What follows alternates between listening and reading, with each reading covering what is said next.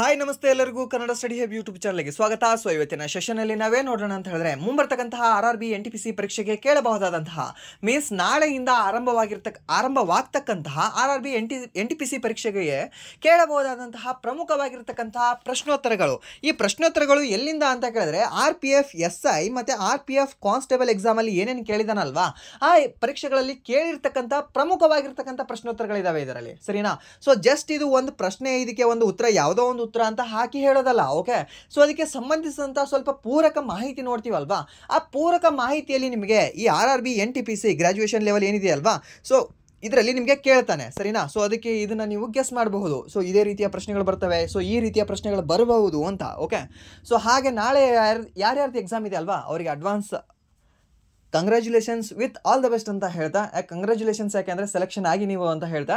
So ಬನ್ನಿ ವಿಡಿಯೋನ start ಮಾಡೋಣ. ವಿಡಿಯೋ ಸ್ಟಾರ್ಟ್ ಮಾಡೋಕ್ಕಿಂತ ಮುಂಚೆ ವಿಡಿಯೋ ಕೊನೆವರೆಗೂ ನೋಡಿ ಅಂತ ಹೇಳ್ತಾ, ಹಾಗೆ ವಿಡಿಯೋ ಕೊನೆವರೆಗೂ ನೋಡಿದ ನಂತರ ವಿಡಿಯೋ ಇಷ್ಟ ಆದರೆ ಲೈಕ್ ಮಾಡಿ, ಸಬ್ಸ್ಕ್ರೈಬ್ ಮಾಡಿ. ಇಫ್ ನಿಮಗೆ ವಿಡಿಯೋ ಇಷ್ಟ ಆಗಲಿಲ್ಲ ಅಂದರೆ ಒಬ್ವಿಯಸ್ಲಿ ಡಿಸ್ಲೈಕ್ ಮಾಡಿ ಅಂತ ಹೇಳ್ತಾ, ಮೊದಲ ಪ್ರಶ್ನೆ ಏನಿದೆ? ಮೊದಲ ಪ್ರಶ್ನೆ ಅಂದರೆ ಉಸ್ತಾದ್ ಅಸದ್ ಅಲಿ ಖಾನ್ ಯಾವುದಕ್ಕೆ ಸಂಬಂಧಿಸಿದ್ದಾರೆ ಅಂತ ಕೇಳಿದ್ದಾರೆ.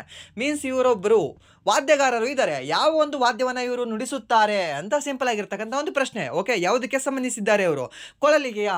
ಓಕೆ, ಕೊಳಲಿಗ, ನೃತ್ಯಕ್ಕ, ತಬಲಕ್ಕ ಅಥವಾ ವೀಣೆಗೆ ಅಂತ ಕೇಳಿದ್ದಾರೆ. ಓಕೆ, ಸೊ ಯಾವುದಕ್ಕೆ ಉಸ್ತಾದ್ ಅಸದ್ ಅಲಿ ಖಾನ್ ಅವರು ಅಂತ ಕೇಳಿದ್ರೆ, ನಾನು ಲಾಸ್ಟ್ ಟೈಮೇ ಹೇಳಿದ್ದೆ, ಇದು ಕ್ವಶನ್ ಕೇಳಿದೆ ಬಟ್ ಕಾಮೆಂಟ್ ಮಾಡಿ ಅಂತ ಹೇಳಿದೆ, ಯಾರು ಕೂಡ ಕಾಮೆಂಟ್ ಮಾಡಿಲ್ಲ. ಓಕೆ, ಬಟ್ ಇದು ಉಸ್ತಾದ್ ಅಸದ್ ಅಲಿ ಖಾನ್ ಅವರು ಯಾವುದಕ್ಕೆ ಸಂಬಂಧಿಸಿದ್ದಾರೆ ಅಂದರೆ ವೀಣೆಗೆ ಸಂಬಂಧಿಸಿದ್ದಾರೆ. ನಾಟ್ ಜಸ್ಟ್ ಅ ವೀಣೆ, ರುದ್ರ ವೀಣೆ ಅಂತ ಬರುತ್ತೆ. ಓಕೆ, ರುದ್ರವೀಣೆ. ಈ ರುದ್ರವೀಣೆಗೆ ಸಂಬಂಧಿಸಿದ್ದವ್ರು ಯಾರು ಅಂದರೆ ಉಸ್ತಾದ್ ಅಸದ್ ಅಲಿ ಖಾನ್. ಓಕೆ, ಉಸ್ತಾದ್ ಅಸದ್ ಅಲಿ ಖಾನ್ ಅವರು ಯಾವುದಕ್ಕೆ ಸಂಬಂಧಿಸಿದ್ದಾರೆ ಅಂದರೆ ರುದ್ರವೀಣೆಗೆ. ಓಕೆ, ಹಾಗೆ ಕೊಳಲಿಗೆ ಯಾರು ಸಂಬಂಧ ಹೊಂದಿದ್ದಾರೆ? ಹರಿಪ್ರಸಾದ್ ಚೌರಾಸಿಯಾ ಅಂತ ಕಂಡುಬರ್ತಾರೆ. ಓಕೆ, TR ಮಹಾಲಿಂಗಂ ಮತ್ತು ಹರಿಪ್ರಸಾದ್ ಚೌರಾಸಿಯಾ ಅನ್ನೋರು ಈ ಕೊಳಲಿಗೆ ಸಂಬಂಧ ಹೊಂದಿದ್ದಾರೆ, ಸರಿನಾ? ನೃತ್ಯಗಳಲ್ಲಿ ಎಷ್ಟು ಶಾಸ್ತ್ರೀಯ ನೃತ್ಯಗಳು ಕಂಡುಬರ್ತವೆ? ಟೋಟಲಿ 8 ಶಾಸ್ತ್ರೀಯ ನೃತ್ಯಗಳು ಕಂಡುಬರ್ತವೆ, ಸರಿನಾ? ಹಾಗೆ ಒಂದು ಸೆಮಿ ಕ್ಲಾಸಿಕಲ್ ಡ್ಯಾನ್ಸ್ ಅಂತ ಕಂಡುಬರುತ್ತೆ, ಅರೆ ಶಾಸ್ತ್ರೀಯ ನೃತ್ಯ ಅಂತ, ಸರಿನಾ? ಅದು ಯಾವುದು ಅಂದರೆ ಯಾವುದು ಹೇಳ್ಬೋದಾ? ಒಂದು ಅರೆ ಶಾಸ್ತ್ರೀಯ ನೃತ್ಯ ಯಾವ ರಾಜ್ಯಕ್ಕೆ ಸಂಬಂಧಿಸಿದೆ, ಹಾಗೆ ಯಾವುದದು ಅರೆ ಶಾಸ್ತ್ರೀಯ ನೃತ್ಯ ಅಂತ ಕಾಮೆಂಟ್ ಮಾಡಿ. ಓಕೆ, ಸೊ ಚೌ ಅಂತ ಬರುತ್ತಾ, ಯಾವುದು ಬರುತ್ತೆ? ಓಕೆ, ಕಾಮೆಂಟ್ ಮಾಡಿ ಅದನ್ನು. ಆ್ಯಂಡ್ ದೆನ್ ನೆಕ್ಸ್ಟ್ ತಬಲಕ್ಕೆ ಜಾಕಿರ್ ಹುಸೇನ್ ಅವರು ಸಂಬಂಧ ಹೊಂದಿದ್ದಾರೆ. ಓಕೆ, ತಬಲಕ್ಕೆ ಕೇಳ್ಬೋದು, ಯಾಕಂದರೆ ಜಾಕಿರ್ ಹುಸೇನ್ ಅವರು ಲಾಸ್ಟ್ ಇಯರೇ ಡೆತ್ ಆದರು, ಸರಿನಾ?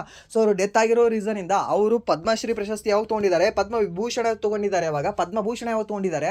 ಸೊ ಅವರಿಗೆ ಭಾರತ ರತ್ನ ಸಿಕ್ಕಿದೆಯಾ, ಸಿಕ್ಕಿಲ್ವಾ? ಅಥವಾ ಸಿಕ್ಕಿದ್ರೆ ಯಾವ ವರ್ಷದಲ್ಲಿ ಸಿಕ್ಕಿದೆ, ಯಾವ ರಾಜ್ಯದಲ್ಲಿ ಇದ್ದವರು ಅವರು, ಅಥವಾ ಇವಾಗ ಅವರು ಡೆತ್ ಯಾವ ಒಂದು ದೇಶದಲ್ಲಿ ಆಗಿದ್ರು ಅಂತ ನಿಮಗೆ ಕೇಳಬಹುದು, ಅಥವಾ ಯಾವ ದೇಶದ ಪ್ರಜೆ ಅವರು ಅಂತ ಕೂಡ ಕೇಳಬಹುದು. ಓಕೆ, ಯಾವ ದೇಶದ ಒಂದು ಸಿಟಿಜನ್ಶಿಪ್ ಹೊಂದಿತ್ತು ಸರ್ ಜಾಕಿರ್ ಹುಸೇನ್, ಭಾರತ ಅಂತ ಹಾಕಿದ್ರೆ ಅಲ್ಲ. ಓಕೆ, ಸೊ ಯಾವ ದೇಶದ ಒಂದು ಸಿಟಿಜನ್ಶಿಪ್ ತೊಗೊಂಡಿದ್ರು ಅವರು ಆಮೇಲೆ ಅಂತ ಕೇಳ್ತಾರೆ ನಿಮಗೆ, ಸರಿನಾ?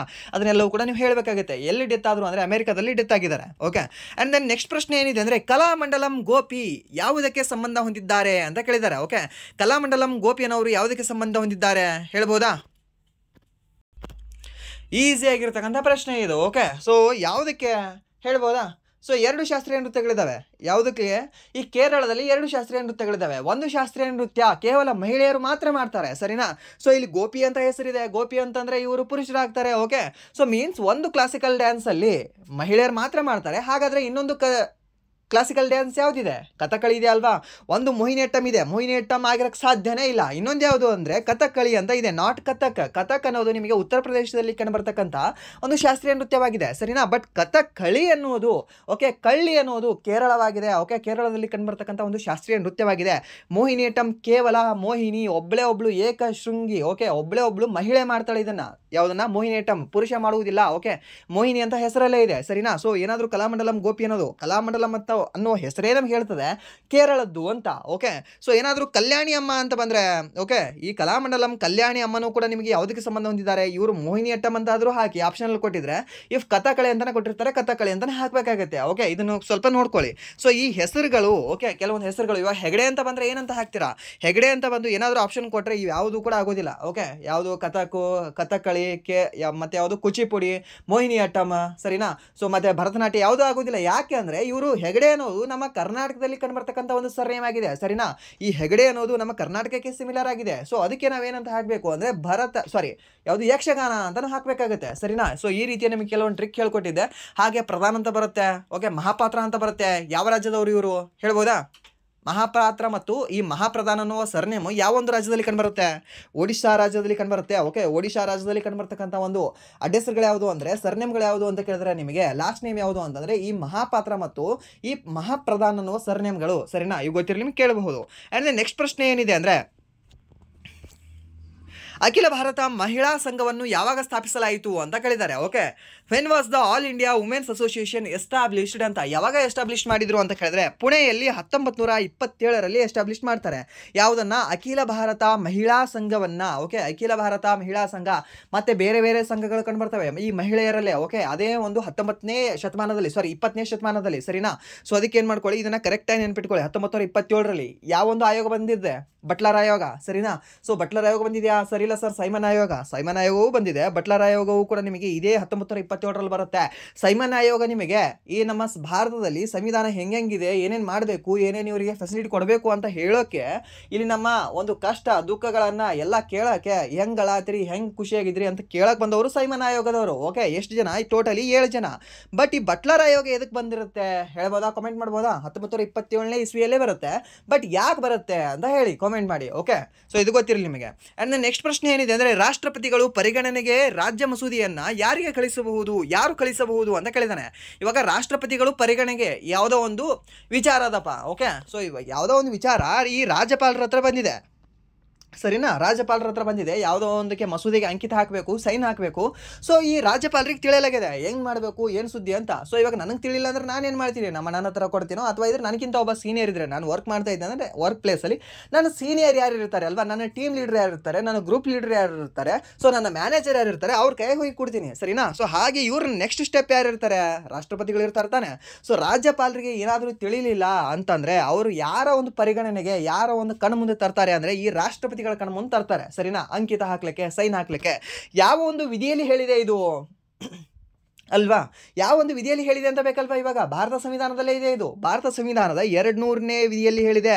ಭಾಳ ಹಾಟ್ ಟ್ರೆಂಡಿಂಗಲ್ಲಿದೆ ಇದು. ಓಕೆ, ಹಾಟ್ ಟಾಪಿಕ್ ಇದು. ಯಾವುದು ಅಂದರೆ ಈ 200ನೇ ಒಂದು ವಿಧಿ ಅನ್ನೋದು. ಓಕೆ, ಯಾಕೆ ಅಂದರೆ ಈ ತಮಿಳುನಾಡಲ್ಲಿ ಆ ರಾಜ್ಯಪಾಲರು ಟೋಟಲಿ 2-3 ವರ್ಷಗಳಿಂದ ಸೈನ್ ಹಾಕಿಲ್ಲ ಯಾವುದು ಮಸೂದೆಗಳಿಗೆ. ಓಕೆ, ಅವರು ಸುಪ್ರೀಂ ಕೋರ್ಟ್ ಮೆಟ್ಟಲಿಗೆ ಬಿಟ್ಟಿದ್ರು. ಓಕೆ, ಮೀನ್ಸ್ ಅಲ್ಲಿ ಹೋಗಿ ನಿಂತು ಬಿಟ್ಟಿದ್ರು. ಇವ್ನು ನೋಡಿದ್ರೆ ಹಿಂಗೆ ಮಾಡಾತನ, ಏನು ಕಿರಿಕಿರಿ ಹಚ್ಚಾರಿ, ಸ್ವಲ್ಪ ಕೇಳ್ರಿ ನೀವು ಅಂಥೇಳಿ ನಿಂತು ಬಿಟ್ಟಿದ್ರು. ಯಾರು? ತಮಿಳುನಾಡು ರಾಜ್ಯ ಸರ್ಕಾರದವರು ಸುಪ್ರೀಂ ಕೋರ್ಟ್ಗೆ ಏರಿದ್ರು. ಯಾರ ವಿರುದ್ಧ? ರಾಜ್ಯಪಾಲರ ವಿರುದ್ಧ. ಸರಿನಾ? ಸೊ ಅದಕ್ಕೆ ಇದು ನೆನ್ಪಿಟ್ಕೊಳ್ಳಿ, ಇದು ಇಂಪಾರ್ಟೆಂಟ್ ಇದೆ. 200ನೇ ಆರ್ಟಿಕಲ್ ಇಂಪಾರ್ಟೆಂಟ್ ಇದೆ. ಓಕೆ, 143ನೇ ಆರ್ಟಿಕಲ್ ಇಂಪಾರ್ಟೆಂಟ್ ಇದೆ. ಓಕೆ, ಸೊ ಇದನ್ನು ನೆನ್ಪಿಟ್ಕೊಳ್ಳಿ. ಕೇಳಬಹುದು ನಿಮಗೆ 144ನೇ ಆರ್ಟಿಕಲ್ ಇಂಪಾರ್ಟೆಂಟ್ ಆಗುತ್ತೆ, ಕೇಳಬಹುದು. ಓಕೆ, ಸೊ ಎಲ್ಲವನ್ನು ಕೂಡ ನೆನ್ಪಿಟ್ಕೊಳ್ಳಿ. ಆ್ಯಂಡ್ ದೆನ್ ನೆಕ್ಸ್ಟ್ ಪ್ರಶ್ನೆ ಏನಿದೆ ಅಂದರೆ, 2021-22ರಲ್ಲಿ ಬಿಡುಗಡೆಯಾದ ಮಾನವ ಅಭಿವೃದ್ಧಿ ಸೂಚ್ಯಂಕ MDI ಪ್ರಕಾರ ಹೆಚ್ಚಿನ ಮಾನವ ಅಭಿವೃದ್ಧಿ ಸೂಚ್ಯಂಕವನ್ನು ಹೊಂದಿರುವ ಭಾರತದ ನೆರೆಯ ದೇಶ ಯಾವುದು ಅಂತ ಕೇಳಿದ್ದಾರೆ. ಓಕೆ, ಭಾರತದ ದೇಶ ಯಾವುದು ಅಂತಲ್ಲ, ಜಸ್ಟ್ ಭಾರತದ ನೆರೆಯ ದೇಶ ಯಾವುದು ಅಂತ.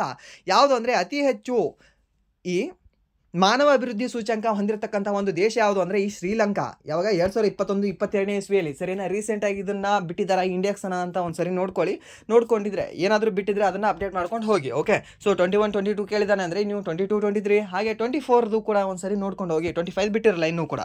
ಓಕೆ, ಆ್ಯಂಡ್ ದೆನ್ ನೆಕ್ಸ್ಟ್ ಪ್ರಶ್ನೆ ಏನಿದೆ ಅಂದರೆ, ಬರಿಗಣ್ಣಿನಿಂದ ನಾವು ಸೌರ ವ್ಯೂಹದಲ್ಲಿ ಎಷ್ಟು ಗ್ರಹಗಳನ್ನು ನೋಡಬಲ್ಲೆವು ಅಂತ ಕೇಳಿದಾನೆ. ಓಕೆ, ಸೊ ಸೌರ ವ್ಯೂಹದಲ್ಲಿ ಎಷ್ಟು ಗ್ರಹಗಳನ್ನು ನಾವು ಬರಿಗಣ್ಣಿನಿಂದ ನೋಡಬಹುದು. ಓಕೆ, ಮೀನ್ಸ್ ಏನು ಟೆಲಿಸ್ಕೋಪ್ ಹಾಕೊಳ್ಳಾರ್ದೆ, ದೊಡ್ಡ ನಮ್ಮ ಚಸ್ಮಾ ಹಾಕೊಳ್ಳಾರ್ದೆ, ಮೀನ್ಸ್ ಸ್ಪೆಕ್ಸ್ ಹಾಕೊಳ್ಳಾರ್ದೆ, ಲೆನ್ಸ್ ಹಾಕೊಳ್ಳಾರ್ದೆ, ಏನೂ ಇರಲಾರ್ದೆ ಸುಮ್ಮನೆ ಬರಿಗಣ್ಣಿನಿಂದ ನಿದ್ದಗಣೆಗೆ ಹೊರಗೆ ಬಂದು ನಿಂತು ನೋಡಿಬಿಡೋದು. ಎಷ್ಟು ನೋಡ್ಬೋದು ನಾವು? ಎಷ್ಟು ಅಂದರೆ 5 ಕೈ ಮಾಡೋದು ಹಿಂಗೆ ಮೇಲೆ, ಈ ಕೈ ಕರ್ನಾಟಕದ ಆಸ್ತಿ. 5 ಗ್ರಹಗಳನ್ನು ನಾವು ಬರಿಗಣ್ಣಿನಿಂದ ನೋಡಬಹುದು. ಓಕೆ, ಇದು ನೆನಪಿಟ್ಕೊಳ್ಳಿ, ಕೇಳಬಹುದು ನಿಮಗೆ.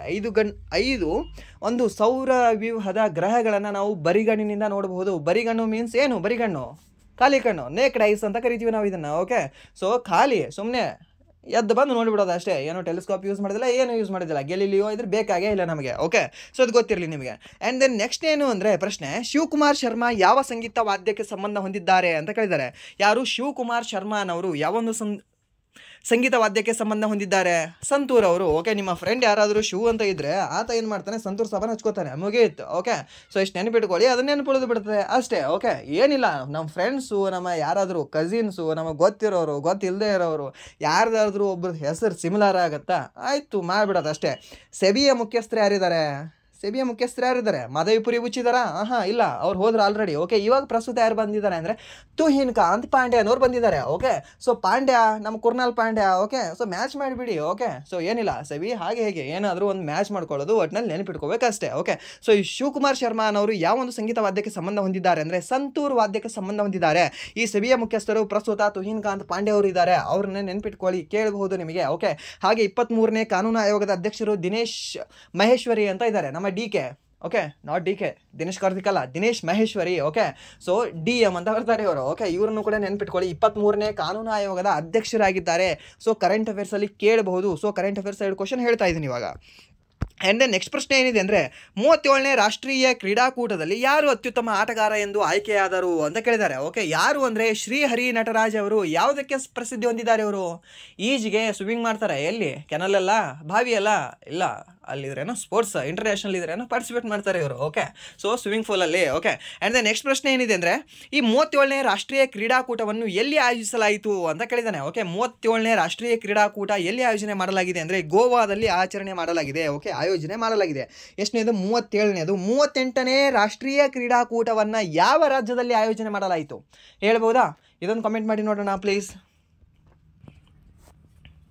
ಆ್ಯಂಡ್ ದೆನ್ ನೆಕ್ಸ್ಟ್ ಪ್ರಶ್ನೆ ಏನಿದೆ ಅಂದರೆ ಜಗತ್ತಿನಲ್ಲಿ ಶುದ್ಧ ನೀರಿನ ಶೇಕಡಾವಾರು ಎಷ್ಟು ಅಂತ ಕೇಳಿದ್ದಾನೆ. ಓಕೆ, ಸೊ ಇದು ಈಸಿಯಾಗಿರ್ತಕ್ಕಂಥ ಪ್ರಶ್ನೆ. ಈ ಪ್ರಶ್ನೆನ ಸಾಕಷ್ಟು ಜನ ಕನ್ಫ್ಯೂಷನ್ ಮಾಡ್ಕೊಂಡು ಬಂದಿದ್ದೀರಾ. ಓಕೆ, ನನಗೆ ಕಮೆಂಟ್ ಕೂಡ ಹಾಕಿದ್ದಾರೆ. ನನಗೆ ಎಷ್ಟೋ ಜನ ಇದ್ರೇನು ಟೆಲಿಗ್ರಾಮಲ್ಲಿ ಮೆಸೇಜ್ ಮಾಡಿದ್ದಾರೆ, ಸರ್ ಅದು ಬೇರೆ ಬೇರೆ ಇದೆ ಅಲ್ವಾ, ಶುದ್ಧ ನೀರಿನ ಶೇಕಡಾ ಪ್ರಮಾಣ 1% ಅಲ್ವಾ, ಸೊ ಶುದ್ಧ ನೀರಿನ ಶೇಕಡಾ ಪ್ರಮಾಣ 3 ಅಲ್ವಾ ಅಂತ. ಓಕೆ, ಸೊ ಎಕ್ಸಾಕ್ಟಾಗಿ ನೀವು ನೋಡಿದ್ರೆ 2.5% ಇದೆ ಶುದ್ಧ ನೀರಿನ ಶೇಕಡಾವಾರು ಪ್ರಮಾಣ, ಸರಿನಾ?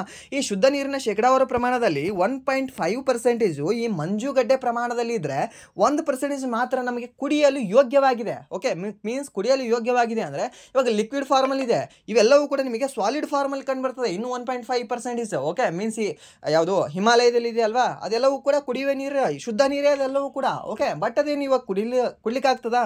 ಏನು ತೊಗೊಂಡು ತಿಂತೀರಾ? ಅದಕ್ಕೆ ಆಗಲ್ಲ ತಾನೇ. ಬಟ್ ಕುಡಿಲಿಕ್ಕೆ ಯೋಗ್ಯವಾಗಿರೋದು ಯಾವುದು ಅಂದರೆ ಇವಾಗ ಜಸ್ಟ್ 1%. ಬಟ್ ಶುದ್ಧ ನೀರು ಅಂತ ಕೇಳಿದ್ರೆ ಓವರ್ ಆಲ್ 2.5% ಬರುತ್ತೆ, ಸರಿನಾ? ಇಫ್ ಏನಾದರೂ ಅವನು ಓವರ್ ಆಲ್ ನಂಬರ್ ಕೊಟ್ಟಿದ್ರೆ 3 ಅಂತ ಕೊಟ್ಟಿರ್ತಾನೆ, ಸರಿನಾ? ನೆನ್ಪಿಟ್ಕೊಳ್ಳಿ, ಇದನ್ನ ಕನ್ಫ್ಯೂಷನ್ ಆಗಕ್ಕೆ ಹೋಗಬೇಡಿ.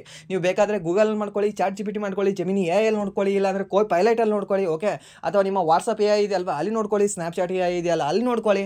ಸೊ ವಾಟ್ ಎವರ್ ನೀವು ಎಲ್ಲಿ ನೋಡ್ಕೊಂಡ್ರು ಕೂಡ ನಿಮಗೆ ಇದೇ ಆನ್ಸರ್ ಬರುತ್ತೆ. ಒಂದ್ಸರಿ ಕ್ರಾಸ್ ಚೆಕ್ ಮಾಡ್ಕೊಳ್ಳಿ. ಓಕೆ, ನಿಮಗೆ ಡೌಟ್ ಇದ್ದರೆ. ಓಕೆ, ಸೊ ಇದು ಗೊತ್ತಿರಲಿ ನಿಮಗೆ, ಇದನ್ನು ಕನ್ಫ್ಯೂಷನ್ ಆಗೋದು ಬೇಡ. ಇದನ್ನು ನಿಮಗೆ ಅಗ್ನಿವೀರಲ್ಲೂ ಕೂಡ ಇದೇ ಪ್ರಶ್ನೆನೇ ಕೇಳಿದ. ಓಕೆ, ಸೇಮ್ ಪ್ರಶ್ನೆ, ಯಾವುದೋ ಒಂದು ಅಗ್ನಿವೀರ ಮೀನ್ಸ್ ಆರ್ಮಿ ಎಕ್ಸಾಮಲ್ಲಿ ಇದನ್ನು ಕೇಳಿದ್ದಾನೆ. ಸೇಮ್ ಟು ಸೇಮ್ ಪ್ರಶ್ನೆ ಇದೆ ಇದರಲ್ಲಿ. ಓಕೆ, ಸೊ ಅದಕ್ಕೆ ಇದನ್ನು ಇಂಪಾರ್ಟೆಂಟ್ ಆಗುತ್ತೆ, ನೆನ್ಪಿಟ್ಕೊಳ್ಳಿ. ಆ್ಯಂಡ್ ದೆನ್ ನೆಕ್ಸ್ಟ್ ಪ್ರಶ್ನೆ ಏನಿದೆ ಅಂದರೆ ಕಾಫಿ ಮತ್ತು ಚಹಾದಲ್ಲಿ ಯಾವ ರೀತಿಯ ಉರಿಯೂತದ ಗುಣಲಕ್ಷಣಗಳಿದಾವೆ ಅಂತ ಕೇಳಿದ್ದಾನೆ. ಓಕೆ, ಕಾಫಿ ಮತ್ತು ಚಹಾದಲ್ಲಿ ಯಾವ ರೀತಿಯ ಉರಿಯೂತದ ಗುಣಲಕ್ಷಣಗಳಿದಾವೆ ಹೇಳ್ಬೋದಾ? ಸೊ ಕಾಫಿ ಮತ್ತು ಚಹಾದಲ್ಲಿ ಫ್ಲೇವನಾಯ್ಡ್ಗಳು, ಪಾಲಿಫಿನಾಲ್ಗಳು ಮತ್ತು ಕೆಫೀನ್ಗಳು ಕಂಡು ಬರ್ತವೆ. ಓಕೆ, ಇವು ಫೈಟೋ ಕೆಮಿಕಲ್ಸ್ ಆಗಿದ್ದು ಉರಿಯೂತದ ಗುಣಲಕ್ಷಣಗಳನ್ನು ಹೊಂದಿವೆ ಅಂತ ಹೇಳ್ತಾರೆ. ಓಕೆ, ಸೊ ಯಾವುದು ಅಂದರೆ ಈ ಕಾಫಿ ಮತ್ತು ಚಹಾ ಇದಾವಲ್ವಾ, ಇವು ಏನಾಗಿದ್ದಾವೆ ಅಂದರೆ ಫ್ಲೇವನಾಯ್ಡ್ಗಳು ಆಗಿದ್ದಾವೆ. ಓಕೆ, ಮತ್ತು ಪಾಲಿಫಿನಾಯ್ಲ್ಗಳು ಮತ್ತು ಕೆಫೀನ್ಗಳನ್ನು ಹೊಂದಿದ್ದಾವೆ. ಓಕೆ, ಸೊ ಜಸ್ಟ್ ನಾವು ಕಾಫಿ ಅಂತ ಏನಾದರೂ ಕೇಳಿದ್ರೆ ನಿಮಗೆ ಈ ಕೆಫಿನ್ ಅಂತ ಹೇಳಬೇಕು. ಕಾಫಿಯಲ್ಲಿ ಯಾವ ಒಂದು ಆಮ್ಲ ಕಂಡು ಬರುತ್ತೆ ಅಂತ ಕೇಳಿದ್ರೆ ಕೆಫಿನ್ ಕಂಡು ಬರುತ್ತೆ. ಯಾವ ಒಂದು ಅಂಶ ಕಂಡು ಬರುತ್ತೆ ಅಂದರೆ ಈ ಕೆಫಿನ್ ಅಂಶ ಕಂಡು ಬರುತ್ತೆ, ನಾಟ್ ಆಮ್ಲ ಅಂಶ. ಓಕೆ, ಅದಾದ ನಂತರ ಚಹಾದಲ್ಲಿ ಥಿಯನ್ ಅಂತ ಕಂಡು ಬರುತ್ತೆ. ಓಕೆ, ಥಿಯನ್. ಓಕೆ, ಥಿಯನ್ ಅನ್ನೋದು ಕಂಡು ಬರೋದು ಎಲ್ಲಿ ಅಂದರೆ ನಿಮಗೆ ಈ ಚಹಾದಲ್ಲಿ ಟಿ.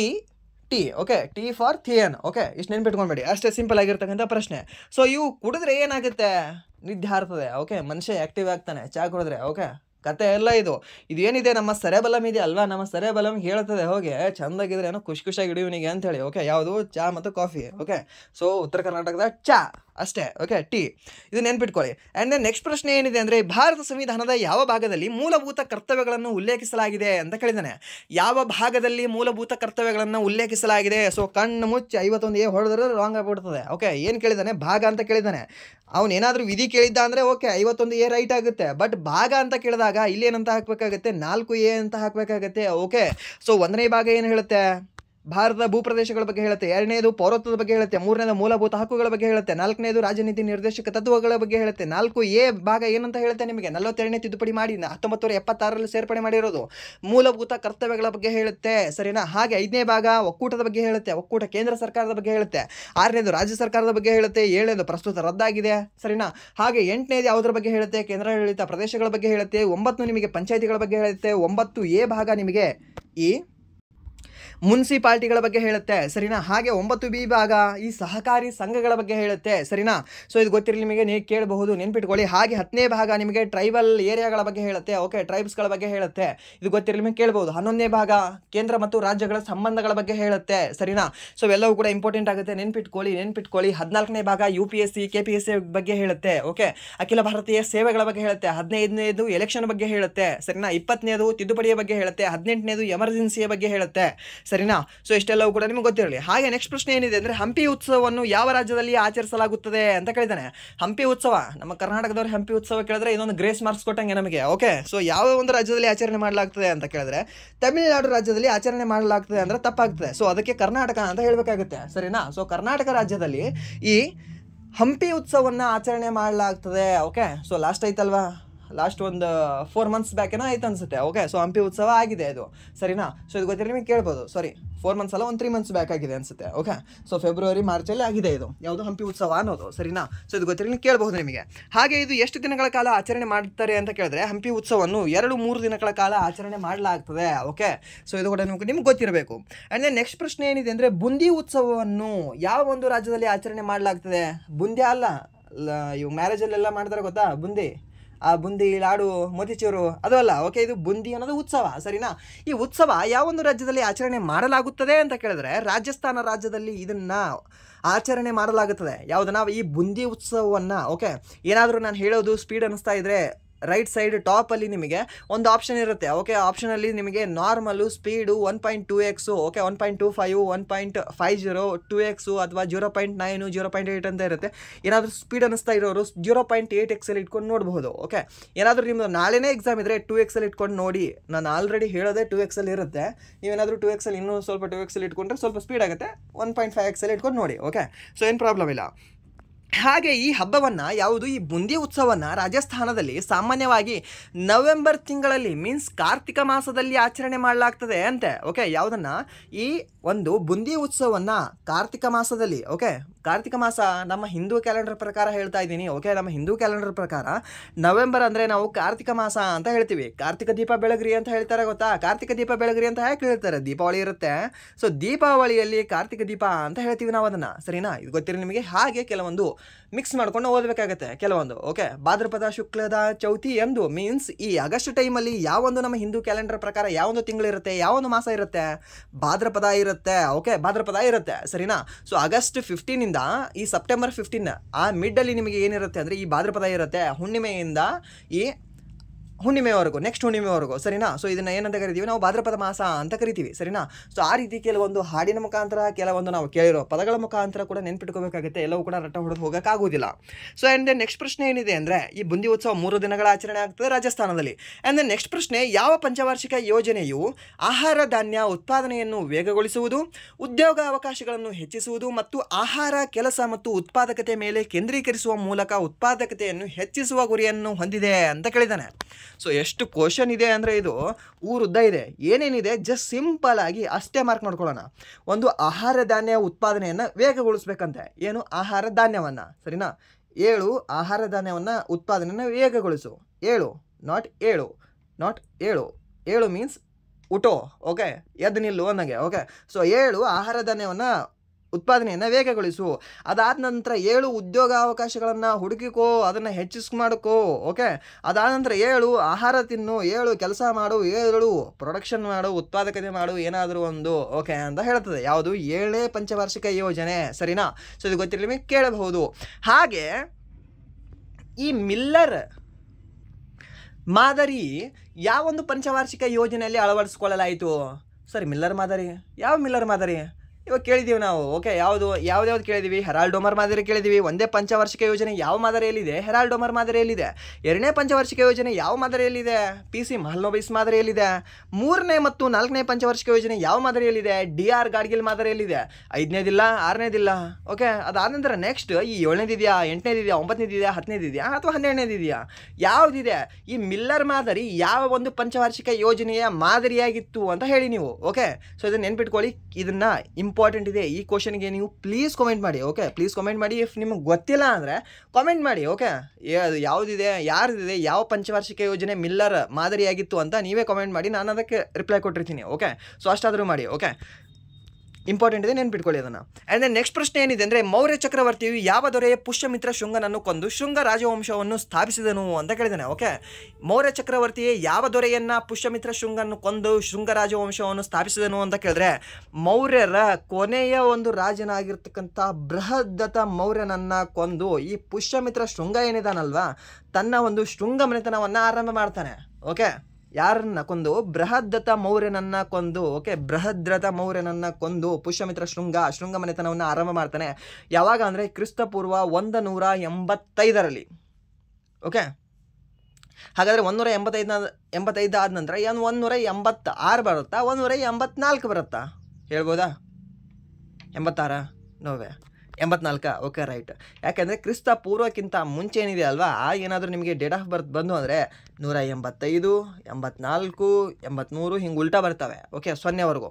0 ಬಂತಾ ಮತ್ತೆ ನೆಕ್ಸ್ಟ್ ನಿಮಗೆ 1, 2, 3, 4 ಹೀಗೆ ಬರುತ್ತೆ. ಓಕೆ, ಅಷ್ಟೇ. ಆ್ಯಂಡ್ ದೆನ್ ನೆಕ್ಸ್ಟ್ ಪ್ರಶ್ನೆ ಏನಿದೆ ಅಂದರೆ, 1857ರ ದಂಗೆಯ ಸಮಯದಲ್ಲಿ ಭಾರತದ ಗವರ್ನರ್ ಜನರಲ್ ಯಾರು ಅಂತ ಕೇಳಿದ್ದಾರೆ. ಓಕೆ, ಸೊ ಈ ಪ್ರಶ್ನೆ, ಸರ್ ಇದು ಗವರ್ನರ್ ಜನರಲ್ ಎಲ್ಲ ವೈಸ್ರಾಯ್ ಆಗಬೇಕಾಗಿತ್ತು ಅಂತ ನಿಮ್ದು ಏನಾದರೂ ಪ್ರಶ್ನೆ ಇದ್ದರೆ, ಹೌದು. ಓಕೆ, ನಿಮ್ಮ ಒಂದು ಕ್ವಶನ್ ರೈಟ್ ಆಗಿರ್ಬೋದು. ಓಕೆ, ಬಟ್ ಕ್ವಶನ್ ರೈಟ್ ಆಗಿದೆ ಅಂತ ಖುಷಿ ಪಡೋಕೆ ಹೋಗಬೇಡಿ, ಕ್ವಶನ್ ರಾಂಗ್ ಆಗಿದೆ. ಯಾಕೆಂದರೆ ಈ ದಂಗೆಯ ಸಮಯದಲ್ಲಿ ಗವರ್ನರ್ ಜನರಲ್ಲೇ ಆಗಿದ್ದ ಅವನು. ಓಕೆ, ದಂಗೆ ಮುಗಿದ ನಂತರ ಈತನೇ ವೈಸ್ರಾಯ್ ಆಗ್ತಾನೆ, ಭಾರತದ ಪ್ರಥಮ ವೈಸ್ರಾಯ್ ಲಾರ್ಡ್ ಕ್ಯಾನಿಂಗ್. ಓಕೆ, ಹಾಗೆ ಭಾರತದ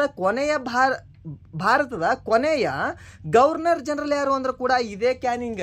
ಓಕೆ, ಕ್ಯಾನ್ ಅಲ್ಲ, ನೀರು ತುಂಬ್ಕೊಂಬರೋದು, ಕ್ಯಾನಿಂಗ್ ಅಂತ ಬರ್ತಾನೆ. ಓಕೆ, ಯಾವಾಗಿದ್ದ ಅಂದರೆ 1857ರ ಸಮಯದಲ್ಲಿ ಇರ್ತಾನೆ ಇವನು. ಓಕೆ, ಇವನು ಭಾರತದ ಗವರ್ನರ್ ಜನರಲ್ ಆಗಿರ್ತಾನೆ, ಕೊನೆಯ ಗವರ್ನರ್ ಜನರಲ್ ಹಾಗೂ ಭಾರತದ ಮೊದಲ ವೈಸ್ರಾಯ್.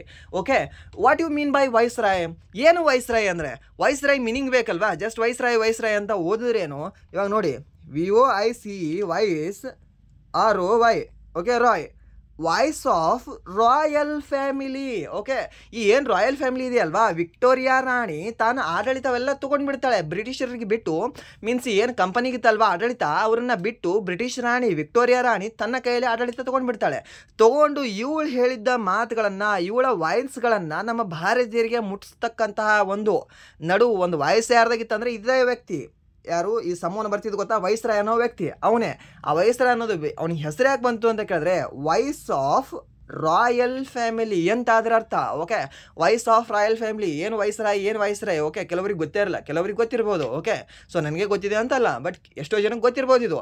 ಬಟ್ ಕೆಲವರಿಗೆ ಗೊತ್ತಿರಲಿಲ್ಲ ಅಂದರೆ ಗೊತ್ತು ಮಾಡ್ಕೊಳ್ಳಿ ಇದನ್ನು. ಓಕೆ, ಆ್ಯಂಡ್ ದೆನ್ ನೆಕ್ಸ್ಟ್ ಪ್ರಶ್ನೆ ಏನಿದೆ ಅಂದರೆ, 2011ರ ಜನಗಣತಿಯ ಪ್ರಕಾರ ಅತಿ ಹೆಚ್ಚು ಜನಸಂಖ್ಯೆ ಹೊಂದಿರುವ ರಾಜ್ಯ ಯಾವುದು ಅಂತ ಕೇಳಿದಾನೆ. ಯಾವೊಂದು ರಾಜ್ಯ ಅತಿ ಹೆಚ್ಚು ಜನಸಂಖ್ಯೆ ಹೊಂದಿದೆ? ಯಾವೊಂದು ರಾಜ್ಯ? ಉತ್ತರ ಪ್ರದೇಶ. ಸಿಂಪಲ್ ಆಗಿರ್ತಕ್ಕಂಥ ಪ್ರಶ್ನೆ. ಉತ್ತರ ಪ್ರದೇಶ ಅಂದರೆ ನಮ್ಮ ದಕ್ಷಿಣ ಭಾರತದಲ್ಲಿ ಯಾವುದಿದೆ? ಮಹಾರಾಷ್ಟ್ರ. ಓಕೆ, ಸೊ ಅದಾನಂತರ ನೆಕ್ಸ್ಟ್ ಪ್ರಶ್ನೆ ನೆಕ್ಸ್ಟ್ ಯಾವುದು ಬರುತ್ತೆ ಅಂದರೆ ಬಿಹಾರ ಬರುತ್ತೆ. ಬಿಹಾರ ನಂತರ ಮತ್ತೆ ಯಾವುದು ಬರುತ್ತೆ? ಪಶ್ಚಿಮ ಬಂಗಾಳ ಬರುತ್ತೆ. ಅತಿ ಹೆಚ್ಚು ಜನಸಂಖ್ಯೆ ಹೊಂದಿರತಕ್ಕಂಥ ರಾಜ್ಯಗಳು ಯಾವುದು ಅಂದರೆ, first Uttar Pradesh, second Maharashtra, third Bihar ಮತ್ತು ಫೋರ್ತ್ ನಿಮಗೆ ಪಶ್ಚಿಮ ಬಂಗಾಳ ಕಂಡುಬರುತ್ತೆ. ಈ ಒಂದೇ ಒಂದು ದಕ್ಷಿಣ ಭಾರತದ ರಾಜ್ಯ ಇದೆ, ಉಳಿದುದು 3 ನಿಮಗೆ ಉತ್ತರ ಭಾರತದ ರಾಜ್ಯಗಳೇ ಕಂಡುಬರ್ತವೆ. ಓಕೆ, ಏನು ಈ ಜನಸಂಖ್ಯಾ ನೀತಿ ತರ್ತಾರೆ ಗೊತ್ತಾ?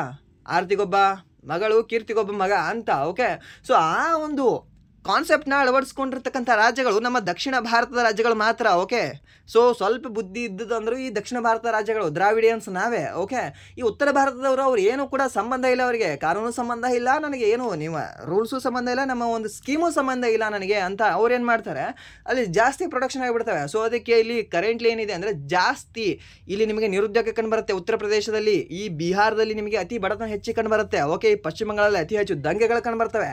ಸರಿನಾ? ದ್ಯಾಟ್ಸ್ ವೈ ಅಂತಂದರೆ ಯಾಕೆ ರೀಸನ್ ಅಂದರೆ ಇದೆ. ಓಕೆ, ಅಲ್ಲಿ ಇಂಪ್ಲಿಮೆಂಟ್ ಆಗಿಲ್ಲ. ನೀವು ಏನಾದರೂ PSI ಎಕ್ಸಾಮ್ ಬರೆಯೋರಿದ್ರೆ ನಿಮಗೆ ಈ ಎಲ್ಲ ಪಾಯಿಂಟ್ಗಳೇನಾಗುತ್ತೆ ಅಂದರೆ ಈ ಪ್ರಬಂಧದಲ್ಲಿ ಯೂಸ್ಫುಲ್ ಆಗುತ್ತೆ. ಓಕೆ, ಯಾಕೆ ಅಂತ ಈ ರೀತಿ ಏನಾದರೂ ನಿಮಗೆ ಪ್ರಬಂಧ ಕೊಟ್ಟರೆ, ಓಕೆ, ಉತ್ತರ ಭಾರತ, ದಕ್ಷಿಣ ಭಾರತ ಅಥವಾ ಜನಸಂಖ್ಯೆ ಯಾಕೆಲ್ಲಿ ಜಾಸ್ತಿ ಆಗಿದೆ, ಜನಸಂಖ್ಯೆಯ ದುಷ್ಪರಿಣಾಮಗಳು ಏನಾಗ್ತವೆ, ಯಾವ ಒಂದು ರಾಜ್ಯದಲ್ಲಿ ದುಷ್ಪರಿಣಾಮಗಳು ಜಾಸ್ತಿ ಆಗ್ತಿದ್ದಾವೆ, ಎಲ್ಲವೂ ಕೂಡ ನೀವು ಕಾಸ್ ಮತ್ತು ಕೌಂಟರ್ ಮೆಜರ್ಗಳನ್ನ ಹೇಳಬಹುದು. ಓಕೆ, ಸೊ ಇದು ಕೂಡ ನೆನ್ಪಿಟ್ಕೊಳ್ಳಿ ನೀವು. ಹಾಗೆ ನೆಕ್ಸ್ಟ್ ಪ್ರಶ್ನೆ ಏನಿದೆ ಅಂದರೆ ಮೊಟ್ಟೆಗಳಲ್ಲಿ ಶಿಶುಗಳನ್ನು ಸೃಷ್ಟಿಸುವ ಜೀವಿಗಳನ್ನು ಏನೆಂದು ಕರೆಯುತ್ತಾರೆ ಅಂತ ಕೇಳಿದ್ದಾರೆ. ಓಕೆ, ಇವಾಗ ಮೊಟ್ಟೆ ಇಡುವ ಜೀವಿಗಳನ್ನು, ಮೊಟ್ಟೆ ಇಟ್ಟು ಒಂದು ಜೀವಿಗಳನ್ನು ಜನ್ಮ ಕೊಡ್ತಾರೆ, ಅವರನ್ನು ನಾವು ಏನಂತ ಕರಿತೀವಿ ಅಂತ ಕೇಳಿದ್ದಾರೆ. ಓಕೆ, ಏನಂತ ಕರಿತೀವಿ ಅಂದರೆ ವಿವಿಪಾರಸ್ ಜೀವಿಗಳು ಅಂತ ಕರಿತೀವಿ. ಸರಿನಾ ಸರ್? ಹಾಗಾದರೆ ನಮಗೂ ವಿವಿಪಾರಸ್ ಜೀವಿಗಳು ಅಂತ ಕರಿತೀವಾ? ನಾವೇನಾದರೂ ಮೊಟ್ಟೆ ಇಡ್ತೀವಾ? ಇಲ್ಲ.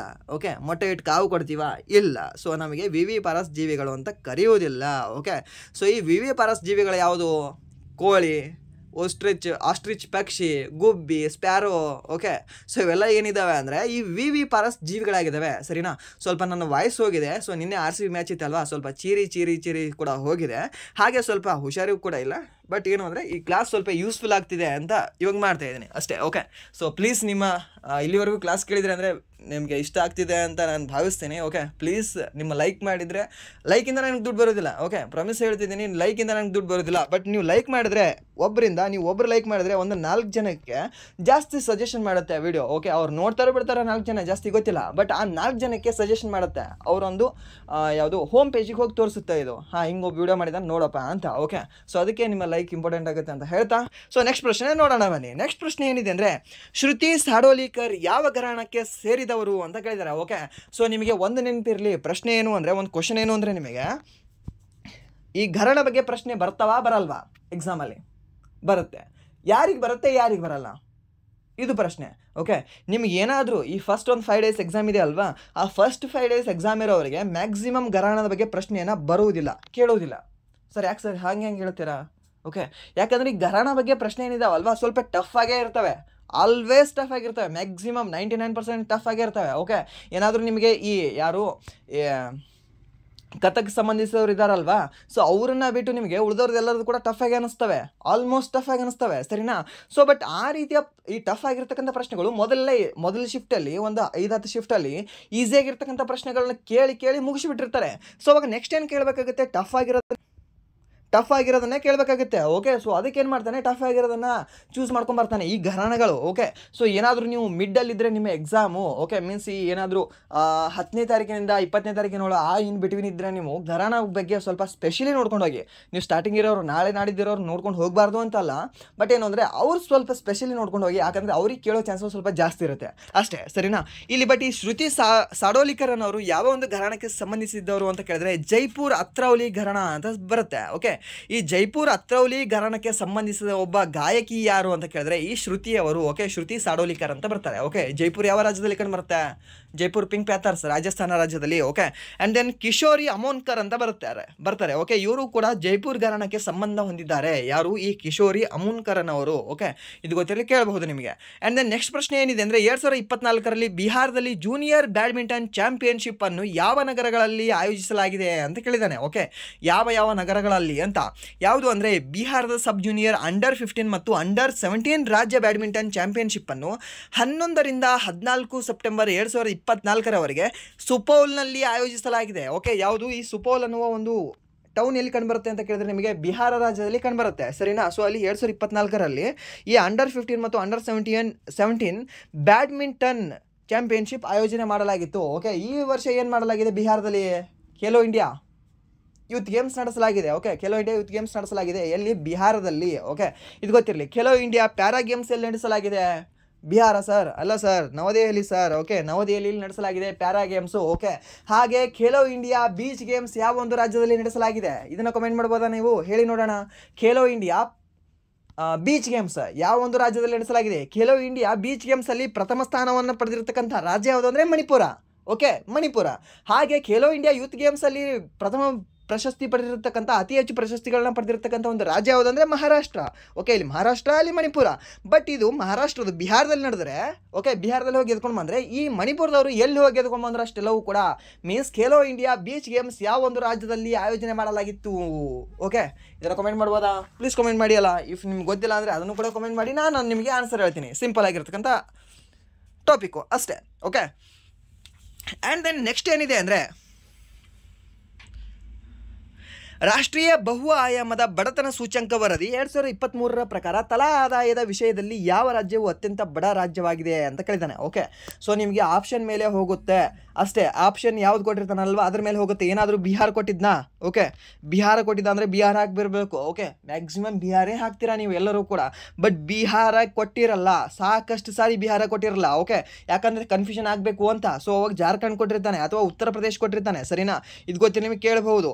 ಇಫ್ ಈ ಕ್ವಶನ್ ಏನಿದೆ ಅಲ್ವಾ, ಈ ಕ್ವಶನ್ ಕೇಳಿದ್ದ ನೋಡಿ, ಯಾವುದು ಈ ಕೇರಳದ ಮೇಲೆ ಒಂದು ಕ್ವಶನ್ ಕೇಳಿದ್ದ, ಯಾವ ಒಂದು ರಾಜ್ಯ ಈ ರಾಷ್ಟ್ರೀಯ ಬಹು ಆಯಾಮದ ಬಡತನ ಸೂಚ್ಯಂಕ ವರದಿಯ ಪ್ರಕಾರ ಅತ್ಯಂತ ಶ್ರೀಮಂತ ರಾಜ್ಯವಾಗಿದೆ ಅಂತ ಕೇಳಿದ್ದ. ಓಕೆ, ಈ ಕೇರಳದ ಮೇಲೆ ಪ್ರಶ್ನೆ ಕೇಳಿದ್ದ SSCMTS 2024 ಅಲ್ಲಿ. ಓಕೆ, ಶಿಫ್ಟ್ ಯಾವುದು ಅಂತಂದರೆ may be shift first shift 17th ಅಕ್ಟೋಬರಲ್ಲಿ. ಬೇಕಾದರೆ ಒಂದ್ಸರಿ ಚೆಕ್ ಮಾಡ್ಕೊಳ್ಳಿ ಈ ಕ್ವಶನ್. ಓಕೆ, ಇದೇ ಇದು ಕ್ವಶನ್, ಸರಿನಾ? ಆ್ಯಂಡ್ ಅದಾದ ನಂತರ ಈ ಸಿಕ್ಕಿಂ ಮೇಲೆ ಪ್ರಶ್ನೆ ಕೇಳಿದ್ದ. ಈ ಕೇರಳ ಗೋವಾ ಕೊಟ್ಟಿಲ್ಲ, ಸೇಮ್ ಕ್ವಶನ್ ಕೇಳಿದ್ದಾನೆ, ಸಿಕ್ಕಿಂ ಆಪ್ಷನ್ ಕೊಟ್ಟಿದ್ದಾನೆ ಒಂದು ಎಕ್ಸಾಮಲ್ಲಿ, ಸರಿನಾ? ಸೊ ಅದಕ್ಕೆ ಇಂಪಾರ್ಟೆಂಟ್ ಆಗುತ್ತೆ, ನೋಡ್ಕೊಳ್ಳಿ. ಓಕೆ, ಇದನ್ನು ಒಂದು ಬೇಕಾದರೆ ಸ್ಕ್ರೀನ್ಶಾಟ್ ತಗೊಳ್ಳಿ ಅಥವಾ ಒಂದು ಬರೆದು ಇಟ್ಕೊಳ್ಳಿ. ಓಕೆ, ಆ್ಯಂಡ್ ದೆನ್ ನೆಕ್ಸ್ಟ್ ಏನು ಅಂದರೆ ಕೇಂದ್ರಾಡಳಿತ ಪ್ರದೇಶಗಳ ಪೈಕಿ ಪುದುಚೇರಿಯು ಅತ್ಯಂತ ಕಡಿಮೆ ಬಡತನವನ್ನು ಹೊಂದಿದೆ. ಓಕೆ, ಅತಿ ಕಡಿಮೆ ಬಡತನ ಹೊಂದಿರತಕ್ಕಂಥ ರಾಜ್ಯ ಯಾವುದು? ಕೇರಳ. ಅತಿ ಕಡಿಮೆ ಬಡತನ ಹೊಂದಿರತಕ್ಕಂಥ ಕೇಂದ್ರಾಡಳಿತ ಪ್ರದೇಶ ಯಾವುದು ಅಂತ ಕೇಳಿದ್ರೆ ನಿಮಗೆ ಈ ಪುದುಚೇರಿ ಆಗುತ್ತೆ. ಅತಿ ಹೆಚ್ಚು ಬಡತನ ಹೊಂದಿರತಕ್ಕಂಥ ರಾಜ್ಯ ಯಾವುದು? ಬಿಹಾರ. ಸೆಕೆಂಡ್ ಜಾರ್ಖಂಡ, ಥರ್ಡ್ ಉತ್ತರ ಪ್ರದೇಶ, ಸರಿನಾ? ಇದು ಗೊತ್ತಿಲ್ಲ ನಿಮಗೆ ಕೇಳ್ಬೋದು. ಇದೊಂದು ಸ್ಕ್ರೀನ್ಶಾಟ್ ತೊಗೊಳ್ಳಿ, ಯೂಸ್ಫುಲ್ ಆಗುತ್ತೆ, ಆಲ್ವೇಸ್ ಯೂಸ್ಫುಲ್ ಆಗುತ್ತೆ. ಇನ್ನೂ 1 ವರ್ಷ ಅಲ್ಲ, ಇನ್ನೊಂದು 2-3 ವರ್ಷ ಯೂಸ್ಫುಲ್ ಆಗುತ್ತೆ ನಿಮಗೆ. ಯಾಕಂದರೆ ನಿಮ್ಮ ನೆಕ್ಸ್ಟ್ ಸೆನ್ಸಸ್ ಬರುತ್ತೆ ಅಲ್ವಾ, ಅಲ್ಲಿವರೆಗೂ ಇದೇ ಯೂಸ್ಫುಲ್ ಆಗುತ್ತೆ ನಿಮಗೆ. ಯಾಕಂದರೆ ಸೇಮ್ ಟು ಸೇಮ್ ಅದೇ ರನ್ ಆಗ್ತಾ ಇರುತ್ತೆ.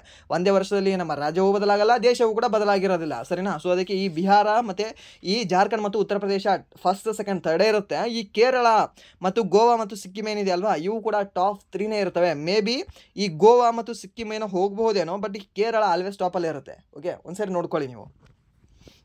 ಆ್ಯಂಡ್ ದೆನ್ ನೆಕ್ಸ್ಟ್ ಪ್ರಶ್ನೆ ಏನಿದೆ ಅಂದರೆ ಖೇಲೋ ಇಂಡಿಯಾ ಯೂತ್ ಗೇಮ್ಸ್ 2024 ಯಾರು ಗೆದ್ದಿದ್ದಾರೆ ಅಂತ ಕೇಳಿದ್ದಾರೆ. ಓಕೆ, ಸೊ ಪ್ರಶ್ನೆ ಬಂತಲ್ವಾ, ಅವಾಗಲೇ ಹೇಳಿದ್ದೀನಿ ಇದನ್ನು. ಖೇಲೋ ಇಂಡಿಯಾ ಯೂತ್ ಗೇಮ್ಸ್ 2025 ಯಾರು ಗೆದ್ದಿದ್ದಾರೆ ಅಂತ ಕೇಳಿದರೆ ಮಹಾರಾಷ್ಟ್ರದವ್ರು ಗೆದ್ದಿದ್ದಾರೆ. ಇಲ್ಲಿ ಖೇಲೋ ಇಂಡಿಯಾ ಯೂತ್ ಗೇಮ್ಸ್ 2024 ಯಾರು ಗೆದ್ದಿದ್ರು? ತಮಿಳುನಾಡವ್ರು ಗೆದ್ದಿದ್ರು. ಓಕೆ, ಸರಿನಾ? ಸೊ ಇಲ್ಲಿ ಯಾವ್ಯಾವ ಒಂದು ರಾಜ್ಯದಲ್ಲಿ ಯಾವ್ಯಾವ ಒಂದು ನಗರಗಳಲ್ಲಿ ಆಯೋಜನೆ ಮಾಡಲಾಗಿತ್ತು ಅಂತ ಕೇಳಿದರೆ ಟೋಟಲಿ 4 ನಗರಗಳು. ಒಂದು ಚೆನ್ನೈ, ಇನ್ನೊಂದು ಮಧುರೈ, ಇನ್ನೊಂದು ತಿರುಚಿ ಮತ್ತು ಕೊಯಮತ್ತೂರಲ್ಲಿ ಶಿವನಮೂರ್ತಿ ಇದೆ ಅಲ್ವಾ. ಸೊ ಈ 4 ನಗರಗಳಲ್ಲಿ ಈ ಖೇಲೋ ಇಂಡಿಯಾ ಯೂತ್ ಗೇಮ್ಸ್ 2024 ಆಯೋಜನೆ ಮಾಡಲಾಗಿತ್ತು, ಸರಿನಾ? ಈ 2025 ಖೇಲೋ ಇಂಡಿಯಾ ಯೂತ್ ಗೇಮ್ಸ್ ಅನ್ನ ಬಿಹಾರದ ಪಾಟ್ನಾದಲ್ಲಿ ಆಯೋಜನೆ ಮಾಡಲಾಗಿದೆ, ಸರಿನಾ? ಇಂಪಾರ್ಟೆಂಟ್ ಇದೆ, ನೆನ್ಪಿಟ್ಕೊಳ್ಳಿ. ಆ್ಯಂಡ್ ದೆನ್ ನೆಕ್ಸ್ಟ್ ಪ್ರಶ್ನೆ ಏನಿದೆ ಅಂದರೆ ಓಕೆ, 2010ರಲ್ಲಿ ಕೇರಳದ ಯಾವ ನೃತ್ಯವನ್ನು ಯುನೆಸ್ಕೋ ಮಾನವೀಯತೆಯ ಅಮೂರ್ತ ಸಾಂಸ್ಕೃತಿಕ ಪರಂಪರೆ ಎಂದು ಗುರುತಿಸಿದೆ ಅಂತ ಕೇಳಿದ್ದಾರೆ. ಓಕೆ, ಯಾವೊಂದು ನೃತ್ಯವನ್ನು? ಮುಡಿಯಟ್ಟು. ಓಕೆ, ಮುಡಿಯಟ್ಟು ಅನ್ನುವ ಒಂದು ನೃತ್ಯ ಏನಿದೆ ಅಲ್ವಾ, ಈ ಮುಡಿಯಟ್ಟು ಅನ್ನುವ ಒಂದು ನೃತ್ಯವನ್ನು 2010ರಲ್ಲಿ ಈ ಯುನೆಸ್ಕೋದ ಮಾನವೀಯತೆಯ ಅಮೂರ್ತ ಸಾಂಸ್ಕೃತಿಕ ಪರಂಪರೆ ಎಂದು ಗುರುತಿಸಲಾಗಿದೆ. ಯಾವುದನ್ನು? ಈ ಮುಡಿಯಟ್ಟುವನ್ನು. ಓಕೆ, ನೆನ್ಪಿಟ್ಕೊಳ್ಳಿ, ಈ 3 ಕೂಡ ಬರೆದಿಟ್ಕೊಳ್ಳಿ. ಮುಡಿಯಟ್ಟು ಅನ್ನೋದು ಕೇರಳದು, ಕಲಬೇಲಿಯಾ ರಾಜ ಅನ್ನೋದು ರಾಜಸ್ಥಾನದು, ಹಾಗೆ ಚೌ ಅನ್ನೋದು ಒಡಿಸಾದು. ಇವು 4 ಕೂಡ ಈ 3 ಕೂಡ ಇಂಪಾರ್ಟೆಂಟ್ ಇದ್ದಾವೆ. ಈ 3ರ ಮೇಲೆ ಹೇಳ್ತಿದ್ದೀನಿ, ಸಾಕಷ್ಟು ಸರಿ ರಿಪೀಟ್ ಆಗಿದ್ದಾವೆ ಕ್ವಶನ್ಗಳು. ಓಕೆ, ಈ 3ರ ಮೇಲೆ ಸಾಕಷ್ಟು ಸರಿ ರಿಪೀಟ್ ಆಗಿದ್ದಾವೆ. ಏನು ಕೇಳಿದಾನೆ ಗೊತ್ತಾ? ಒಂದು ಶಿಫ್ಟಲ್ಲಿ ಕೇಳ್ತಾನೆ, ಸೇಮ್ ಟು ಸೇಮ್ ಕ್ವಶನ್ ಕೇಳ್ತಾನೆ, ಬಟ್ ಇಲ್ಲಿ ಕೇರಳ ಮೆನ್ಷನ್ ಮಾಡೋದಿಲ್ಲ. ಆಪ್ಷನಲ್ಲಿ ಇದು ಕೊಡೋದಿಲ್ಲ, ಸರಿನಾ? ಇದು ಕೊಡೋದಿಲ್ಲ. ಅವಾಗ ಇದು ಲಾಸ್ಟ್ನೇ ಚೌ ಕೊಟ್ಟಿರ್ತಾನೆ. ಸೊ ಚೌ ಟಿಕ್ ಮಾಡಿಬಿಡ್ಬೇಕಷ್ಟೇ. ಓಕೆ, ಅದಾದ ನಂತರ ಏನಾದರೂ ಇಲ್ಲಿ ಕೇರಳ ಬದಲು ರಾಜಸ್ಥಾನ ಕೊಟ್ಟಿದ್ರೆ ಏನಿಲ್ಲ, ಈ ಕಲೆಬೆಲೆಯ ರಾಜ ಅಂತ ಏನಿದೆ ಅಲ್ವಾ, ಇದನ್ನು ಹಾಕಿ ಬರಬೇಕು ಅಷ್ಟೇ. ಸಿಂಪಲ್ ಆಗಿರ್ತಕ್ಕಂಥ ಪ್ರಶ್ನೆ. ಈ 3 ಇಂಪಾರ್ಟೆಂಟ್ ಇದ್ದಾವೆ. ಈ 3ರ ಮೇಲೆ ಪ್ರಶ್ನೆಗಳನ್ನ ಬಿಟ್ಟು ಹೋಗೋದೇ ಇಲ್ಲ ಮುಂದ್ಗಡೆ, ಸರಿನಾ? ಸೊ ಅದಕ್ಕೆ ಇಂಪಾರ್ಟೆಂಟ್ ಆಗುತ್ತೆ, ನೆನ್ಪಿಟ್ಕೊಳ್ಳಿ, ಕೇಳಬಹುದು. ಆ್ಯಂಡ್ ದೆನ್ ನೆಕ್ಸ್ಟ್ ಪ್ರಶ್ನೆ ಏನಿದೆ ಅಂದರೆ ಸುಪ್ರೀಂ ಕೋರ್ಟ್ನ ಮುಖ್ಯ ನ್ಯಾಯಮೂರ್ತಿಯನ್ನು ತೆಗೆದುಹಾಕಲು ಲೋಕಸಭೆಯ ರಾಜ್ಯಸಭೆಯಲ್ಲಿ ಕ್ರಮವಾಗಿ ಎಷ್ಟು ಜನರು ಇರಬೇಕು ಅಂತ ಕೇಳಿದ್ದಾರೆ. ಇವಾಗ ಸುಪ್ರೀಂ ಕೋರ್ಟ್ನ ಮುಖ್ಯ ನ್ಯಾಯಮೂರ್ತಿ ಪ್ರಸ್ತುತ ಯಾರಿದ್ದಾರೆ? BR ಗವಾಯಿ ಅವರಿದ್ದಾರೆ. ಓಕೆ, BR ಗವಾಯಿ ರೀಸೆಂಟಾಗಿ ನೇಮಕವಾಗಿದ್ದಾರೆ. ಎಷ್ಟನೇ ತಾರೀಕಿನಂದು? ಮೇ 14ರಂದು ನೇಮಕವಾಗಿದ್ದಾರೆ. ಸರ್ ಡೇಟ್ ಬೇಕಾಗಿದೆಯಾ? ಇಲ್ಲ, ನನಗಿದು ನೆನಪಿತ್ತು, ಅದಕ್ಕೆ ಹೇಳಿದೆ ಅಷ್ಟೇ, ಡೇಟ್ ಬೇಕಾಗಿಲ್ಲ. ಬಟ್ ಯಾರಿದ್ದಾರೆ ಅಂತ ನೆನಪಿರಲಿ ನಿಮಗೆ. ಯಾರು? BR ಗವಾಯಿ ಅವರಿದ್ದಾರೆ ಪ್ರಸ್ತುತ ಈ ಸುಪ್ರೀಂ ಕೋರ್ಟ್ನ ಮುಖ್ಯ ನ್ಯಾಯಮೂರ್ತಿ, ಸರಿನಾ? ಈ ಸುಪ್ರೀಂ ಕೋರ್ಟ್ನ ಮುಖ್ಯ ನ್ಯಾಯಮೂರ್ತಿಯನ್ನು ತೆಗೆದುಹಾಕಲು ಈಗ ತೆಗೆದು ಹಾಕಬೇಕಪ್ಪ, ಅವಾಗ ಲೋಕಸಭೆ ಮತ್ತು ರಾಜ್ಯಸಭೆಯಲ್ಲಿ ಎಷ್ಟು ಜನ ಹಾಜರಿರಬೇಕು, ಎಷ್ಟು ಜನ ಇರಬೇಕು?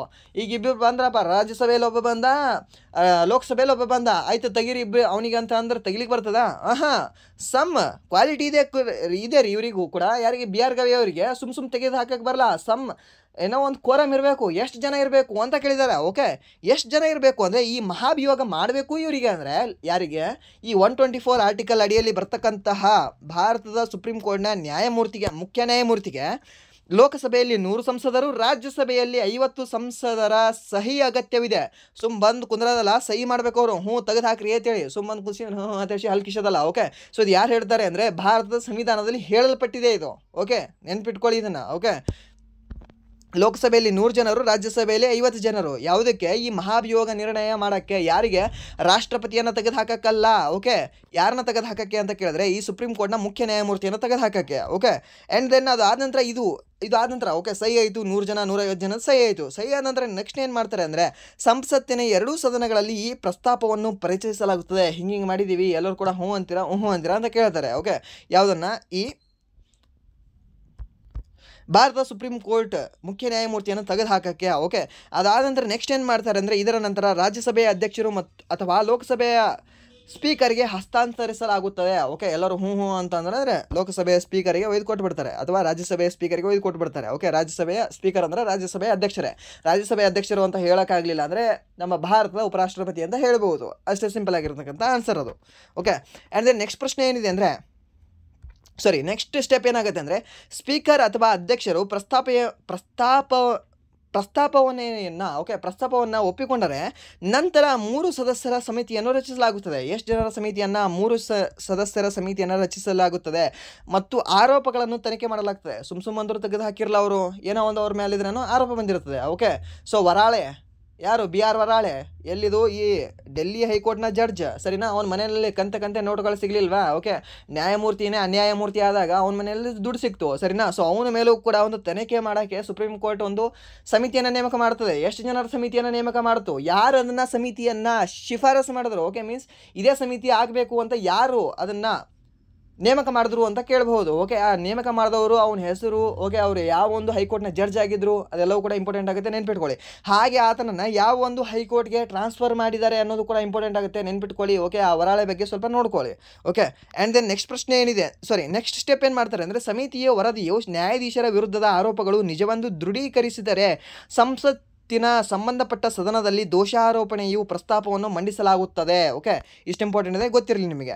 ಹಾಗೆ ನೆಕ್ಸ್ಟ್ ಸ್ಟೆಪ್ ಏನಾಗುತ್ತೆ ಅಂದರೆ ದೋಷಾರೋಪಣೆ ನಿರ್ಣಯವನ್ನು ಒಂದು ಮನೆಯಿಂದ ಅಂಗೀಕರಿಸಿದರೆ ಅದನ್ನು ಇನ್ನೊಂದು ಮನೆಗೆ ಕಳಿಸಲಾಗುತ್ತದೆ. ಪ್ರಸ್ತಾವನೆಯನ್ನು ಉಭಯ ಸದನಗಳು ಅಂಗೀಕರಿಸಿದರೆ ಅದನ್ನು ರಾಷ್ಟ್ರಪತಿಗೆ ಕಳಿಸಿಕೊಡಲಾಗುತ್ತದೆ. ಅಧ್ಯಕ್ಷರ ಅನುಮೋದನೆಯ ನಂತರ ನ್ಯಾಯಾಧೀಶರನ್ನು ಹುದ್ದೆಯಿಂದ ತೆಗೆದುಹಾಕಲಾಗುತ್ತದೆ. ಓಕೆ, ಎಷ್ಟು ಸ್ಟೆಪ್ ಇದಾವೆ ಅಂದರೆ 8 ಸ್ಟೆಪ್ ಇದ್ದಾವೆ. ಮೊದಲು ಏನು ಬರಬೇಕು? 150 ಮಂದಿ ಬರಬೇಕು. ಲೋಕಸಭೆಯಿಂದ 100 ಜನ, ಹಾಗೆ ರಾಜ್ಯಸಭೆಯಿಂದ 50 ಜನ. ಅದು ಮೊದಲು ಗೊತ್ತಿರಬೇಕು. ಓಕೆ, ಇವ್ರನ್ನ ತೆಗೆದುಹಾಕೋರು ಯಾರು? ರಾಷ್ಟ್ರಪತಿಗಳೇ. ಓಕೆ, ಯಾರ ಒಂದು ಶಿಫಾರಸ್ಸಿನ ಮೇರೆಗೆ? ಸಂಸತ್ತಿನ ಶಿಫಾರಸ್ಸಿನ ಮೇರೆಗೆ. ಓಕೆ, ಸಂಸತ್ತಿನ ಆರೋಪದ ಮೇರೆಗೆ ಲಿಖಿತ ರೂಪದಲ್ಲಿ, ಸುಮ್ಮನೆ ಬಾಯಿ ಮಾತಂದು ಹೋಗಿ ಹೇಳೋದಿಲ್ಲ.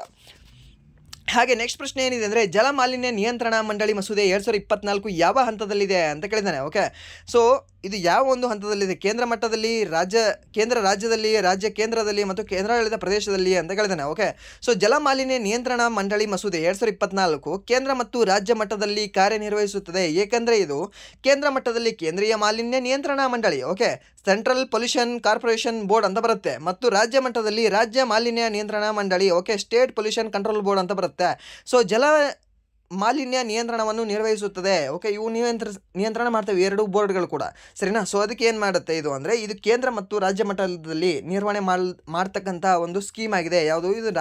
ಇದು ಜಲ ಮಾಲಿನ್ಯ ನಿಯಂತ್ರಣ ಮಂಡಳಿ ಅನ್ನೋದು. ಓಕೆ, ಇದು ಮಂಡಳಿ ಯಾವುದಿದೆ ಅಂದರೆ ಕೇಂದ್ರದಲ್ಲೂ ಮಾಡ್ತದೆ, ಹಾಗೆ ರಾಜ್ಯದಲ್ಲೂ ಕೂಡ ಇದು ಮಾಡ್ತದೆ. ಓಕೆ, ಕೇಂದ್ರ ಮತ್ತು ರಾಜ್ಯದ ಸಂಬಂಧ ಅಂತಲೂ ಹೇಳ್ಬೋದು. ಆ್ಯಂಡ್ ದೆನ್ ನೆಕ್ಸ್ಟ್ ಏನಿದೆ ಅಂದರೆ ಪ್ರಶ್ನೆ ಏನಿದೆ ಅಂದರೆ ಯಾವುದು ಅತಿ ಹೆಚ್ಚು ಉಪ್ಪು ಹೊಂದಿದೆ ಅಂತ ಕೇಳಿದಾನೆ. ಸೋಡಿಯಂ ಕ್ಲೋರೈಡ್ ಅತಿ ಹೆಚ್ಚು ಉಪ್ಪನ್ನು ಹೊಂದಿದೆ. ಸಿಂಪಲ್ ಆಗಿರ್ತಕ್ಕಂಥ ಪ್ರಶ್ನೆ. ಸಮುದ್ರ ಹೊಂದಿರುತ್ತೆ. ಏನಾದರೂ ಆಪ್ಷನ್ ಈ ರೀತಿ ಕೊಟ್ಟರೆ. ಓಕೆ, ಸೊ ಅಷ್ಟೇ. ಆ್ಯಂಡ್ ದೆನ್ ನೆಕ್ಸ್ಟ್ ಪ್ರಶ್ನೆ ಏನಿದೆ ಅಂದರೆ ಭಾರತದ ಯಾವ ರಾಜ್ಯದಲ್ಲಿ ಶಿಗ್ಮೋತ್ಸವ ಹಬ್ಬವನ್ನು ಆಚರಿಸಲಾಗುತ್ತದೆ ಅಂತ ಕೇಳಿದ್ದಾನೆ. ಓಕೆ, ಸೊ ಯಾವ ಒಂದು ರಾಜ್ಯದಲ್ಲಿ ಶಿಗ್ಮೋತ್ಸವ ಹಬ್ಬವನ್ನು ಆಚರಿಸಲಾಗುತ್ತದೆ ಅಂತ ಕೇಳಿದರೆ ಗೋವಾ ರಾಜ್ಯದಲ್ಲಿ ಶಿಗ್ಮೋತ್ಸವ ಹಬ್ಬವನ್ನು ಆಚರಿಸಲಾಗುತ್ತದೆ. ಓಕೆ, ಯಾವುದು? ಶಿಗ್ಮೋತ್ಸವ ಹಬ್ಬ.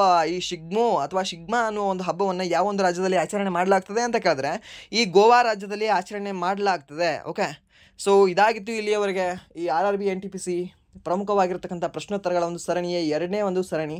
ಸೊ ಇಲ್ಲಿವರೆಗೂ ವಿಡಿಯೋ ನೋಡೋದಕ್ಕೆ ಫಸ್ಟ್ ಆಫ್ ಆಲ್ ಧನ್ಯವಾದಗಳು. ಹಾಗೆ ಇಲ್ಲಿವರೆಗೂ ವಿಡಿಯೋ ನೋಡಿ, ವಿಡಿಯೋ ಇಷ್ಟ ಆಗಿದ್ರೆ ಒನ್ಸ್ ಅಗೇನ್ ಹೇಳ್ತಾ ಇದ್ದೀನಿ, ವಿಡಿಯೋನ ಲೈಕ್ ಮಾಡಿ, ಸಬ್ಸ್ಕ್ರೈಬ್ ಮಾಡಿ. ಇಫ್ ನಿಮಗೆ ವಿಡಿಯೋ ಇಷ್ಟ ಆಗಲಿಲ್ಲ ಅಂದರೆ ಅಬ್ವಿಯಸ್ಲಿ ಡಿಸ್ಲೈಕ್ ಮಾಡಿ ಅಂತ ಹೇಳ್ತಾ ವಿಡಿಯೋನ ಇಲ್ಲಿಗೆ ಎಂಡ್ ಮಾಡ್ತಾ ಇದ್ದೀನಿ. ಹಾಗೆ ವಿಡಿಯೋ ಎಂಡ್ ಮಾಡೋಕ್ಕಿಂತ ಮುಂಚೆ ಇವತ್ತೇನ ದಿನವೇ ನಿಮಗೆ ಇನ್ನೊಂದು ವಿಡಿಯೋನ ಅಪ್ಲೋಡ್ ಮಾಡಿರ್ತೀನಿ.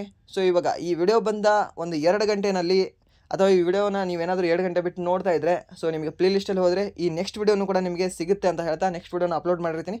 ಆ ವಿಡಿಯೋನ ಕೂಡ ನೀವು ನೋಡ್ಕೊಳ್ಳಿ. ಓಕೆ, ಇಷ್ಟು ಹೇಳ್ತಾ ಈಗಿನ ವಿಡಿಯೋನ ಎಂಡ್ ಮಾಡ್ತಿದ್ದೀನಿ. Once again thank you so much.